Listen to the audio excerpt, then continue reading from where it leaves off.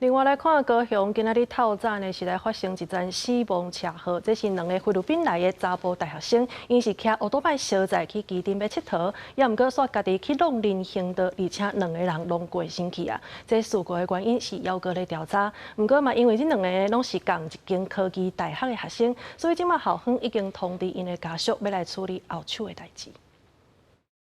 监视画面当中，乌色机车为北向南骑来，弯弯的时阵直接弄到人行道。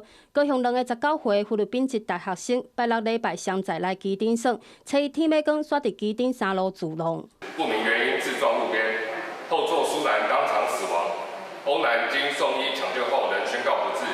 警方依规定完成测绘，肇事原因仍待进一步厘清。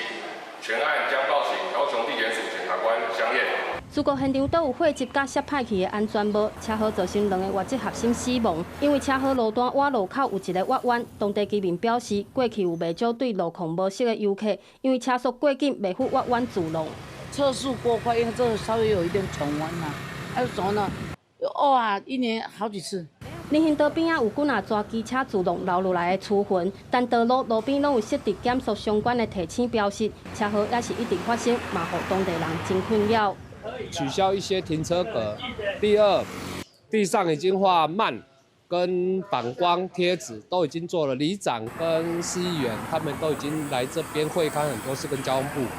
但是还是一样常常车祸。根据了解，两个外籍查甫学生是高雄一间私立科技大学资工系大一学生。面对学生的事故，校方表示已经请相关单位通知家长，并会对班级做心理咨询，嘛协助家属处理后续的代志。公司新闻陈华武、陈显坤高雄报道。